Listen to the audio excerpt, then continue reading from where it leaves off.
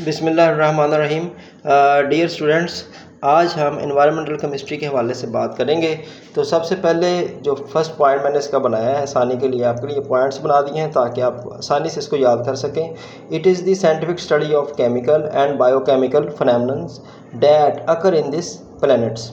माहौलियाती कीमिया में हम साइंसी अंदाज से केमिकल का मुताला करते हैं। अब ये केमिकल हवा, पानी, रोशनी और मिट्टी है, क्योंकि ये हमारा इन्वायरमेंट है। और बायोकेमिकल फिनोमेनन से मुराद जानदारों की बॉडी में होने वाले मुख्तलिफ केमिकल रिएक्शन का भी मुताला है जो कि ज़मीन पर मौजूद हैं। In this subject we study the sources, reaction, effects and fate of chemical species in the air, soils and water environment. इस सब्जेक्ट में हम ज़राए का मुताला करते हैं, जैसा कि मोटरसाइकिल के धुएँ से S2 गैस खारिज होती है और वो ऑक्सीजन से मिलकर SO2 SO3 में तब्दील हो जाती है। फिर बारिश के पानी से मिलकर सल्फ्यूरिक एसिड में तब्दील हो जाती है। फिर ये एसिड रेन पौधों, जानवरों को मुतासर करती है। इस तरह बहुत सारे केमिकल हवा, पानी और मिट्टी जो कि माहौल में मौजूद होते हैं का हिस्सा बन जाती है। अब देखें, यहाँ पे एक एग्जांपल है S2 + O2। ये जब रिएक्ट करते हैं तो SO2 बन जाती है, और SO2 जब बारिश के पानी से मिलती है तो H2SO4 बन जाती है। अब ये एसिड रेन बन गई है। जब ये एसिड रेन जानवरों के ऊपर और पौधों के ऊपर पड़ती है तो उनको मुतासर करती है। Without it would be impossible to study the effect that human have on the environment through the release of chemicals। इसके बगैर हम इंसान पर असरअंदाज होने वाले केमिकल का मुताला नहीं कर सकते जो कि फ़िज़ा में मौजूद होते हैं। It helps in understanding the causes, effects and solutions of different type of pollutions। Environmental chemistry हमारी माहौल में मौजूद आलूदगी के अक़साम को समझने, असबाब और असरात और फिर उनके हल का भी मुताला बताती है। अब हम बात करते हैं एनालिटिक केमिस्ट्री यानी तज्ज़ियाती कीमिया। This branch of chemistry deal with the analysis of different substances. यानी कि तज्ज़ियाती कीमिया में हम मुख्तलिफ़ अशिया का तज्ज़िया करते हैं, जैसे कि खून है, मुख्तलिफ़ बीमारियाँ हैं और मुख्तलिफ़ केमिकल भी हो सकते हैं। It involves separations, identification and determination of the concentration of the component present in the material things। यह तज्ज़ियाती कीमिया में हम मादी अशिया की शनाख्त, उनका अलग करना और मादी अशिया में मौजूद मुख्तलिफ़ मक़दारों का मालूम करना है। तो nowadays the field of analytic chemistry generally involves the use of modern and sophisticated instrument to analysis the matter. तो अब ये तज्ज़ियाती कीमिया शामिल होगी कि हम पेचीदा और जदीद किस्म के आलात का इस्तेमाल करके हम मादी अशिया का मुताला कर सकते हैं। तज्ज़ियाती कीमिया जो है ना, यानी एनालिटिक केमिस्ट्री जो है, ये बहुत बड़ी ब्रांच है। इसके अंदर हम बहुत सारी चीज़ों का मुताला करते हैं। जैसे ब्लड रिपोर्ट है, उसका तज्ज़िया कर सकते हैं कि ब्लड के अंदर कौन कौन से जरासीम मौजूद हैं। लेबॉर्ट्री में बहुत सारा इसका इस्तेमाल है। इसके अलावा पोस्टमार्टम रिपोर्ट जो है, एक मर्डर केस है, उसमें भी जिसका बहुत ज़्यादा इस्तेमाल है। और बोतल के अंदर कितनी शुगर मौजूद है वो भी हम निकाल सकते हैं। यानी जितने भी मुख्तलिफ़ तरह के केमिकल रिएक्शंस हैं, उन तमाम में जो है एनालिटिक केमिस्ट्री जो है ये शामिल होती है। अब हम बात करते हैं बायोकेमिस्ट्री की। अगर लफ्ज़ पे गौर करें तो ये बायो का मतलब होता है जानदार, और केमिस्ट्री में केमिकल्स, यानी जानदार की बॉडी के अंदर जितने भी केमिकल पाए जाते हैं ये समझे कि ये बायोकेमिस्ट्री है। अब इसमें इंसान की बॉडी के अंदर या किसी भी जानदार की बॉडी के अंदर कार्बन है, हाइड्रोजन है, नाइट्रोजन है, इन तमाम का मुताला जो है ये बायोकेमिस्ट्री की ज़ुमरे में आता है। अब देखें, सबसे पहले it is the branch of chemistry in which we understand life through chemical process. यानी कि इंसान की बॉडी के अंदर जितने भी केमिकल रिएक्शन हो रहे हैं या किसी भी जानदार की बॉडी के अंदर जितने भी केमिकल रिएक्शन होते हैं उनके बारे में अंडरस्टैंड है, उनको समझना जो है ये बायोकेमिस्ट्री कहलाता है। It is the study of chemical substances and vital process occurring in the living organism. और हमारी बॉडी के अंदर बहुत सारे केमिकल रिएक्शन हो रहे हैं। जैसे हम खुराक खाते हैं तो खुराक कैसे हज़म हो रही है, पेप्सिन एंजाइम जो है स्टमक के अंदर जो है जाके अटैच हो रहा है, मिल रहा है, बहुत सारे केमिकल एंजाइम जो है इन्वॉल्व है इसके अंदर।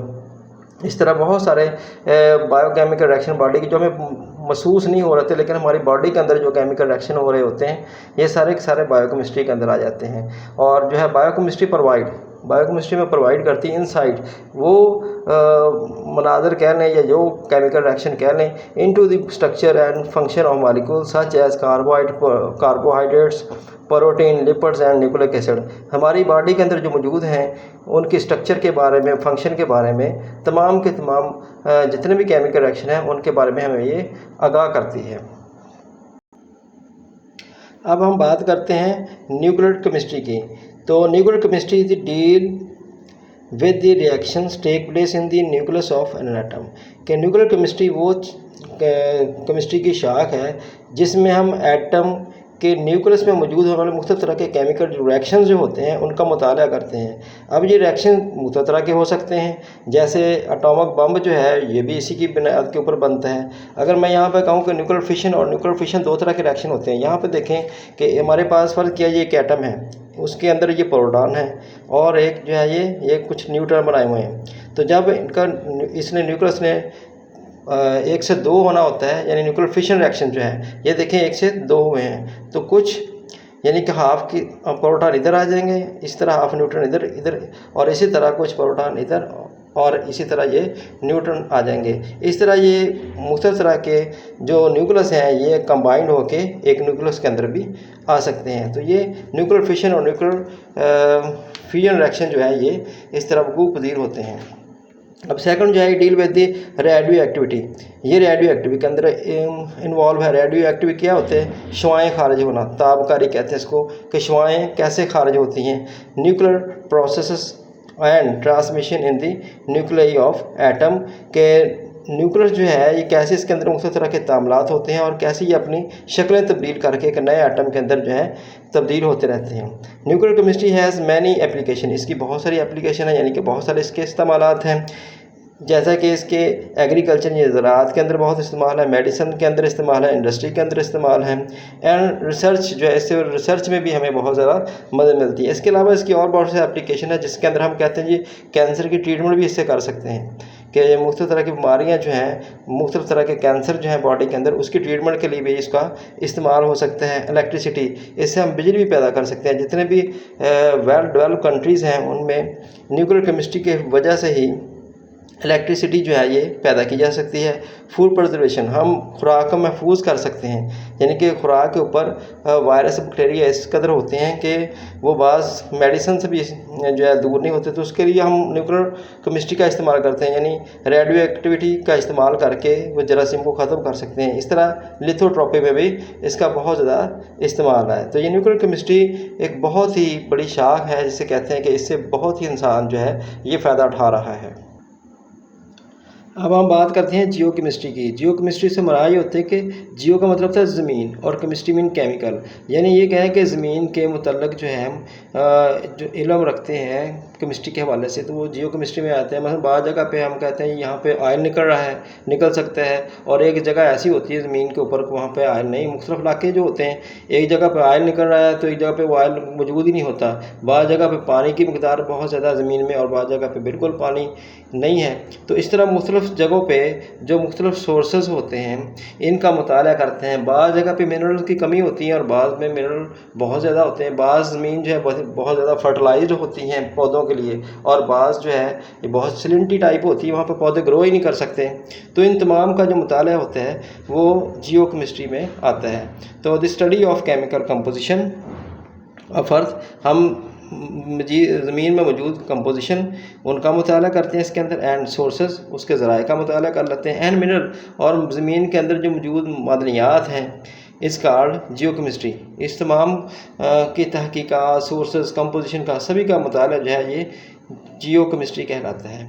अपार्ट इसके अलावा from its uses mineral explanations Jio chemical mappings today has application in the environment monitoring, forestry and medical research. इसके अलावा ये है कि हम मिनरल्स के बहुत सारा इस्तेमाल कहाँ पे इसके इस्तेमाल है और कहाँ से हमें ये मादनियात मिल सकती हैं, और ज़मीन के ऊपर कहाँ पे ये मौजूद हैं, ये नक्शा हम खींच सकते हैं इसका, और इसकी बहुत सारी एप्लीकेशन है। इसी तरह एनवायरनमेंट के अंदर जैसे हम ज़मीन की मॉनिटरिंग कर सकते हैं, कहाँ पे फॉरेस्ट है और कहाँ पे फॉरेस्ट लग सकते हैं, कौन सी ज़मीन जो है पौधों के लिए ज़्यादा इफेक्टिव है, इसके अंदर मिनरल है, ज़्यादा दरखेज़ है, ये तमाम का इल्म जो होता है ये हम जियो केमिस्ट्री के अंदर जो है इसकी मदद से जो है हासिल कर लेते हैं और बहुत जो है फ़ायदा मंद जो है हमारे मुल्क के लिए हो सकते हैं, हमारे माहौल के लिए हो सकते हैं। तो साहब का साहब इल्म जो है ये जियो केमिस्ट्री कहलाता है।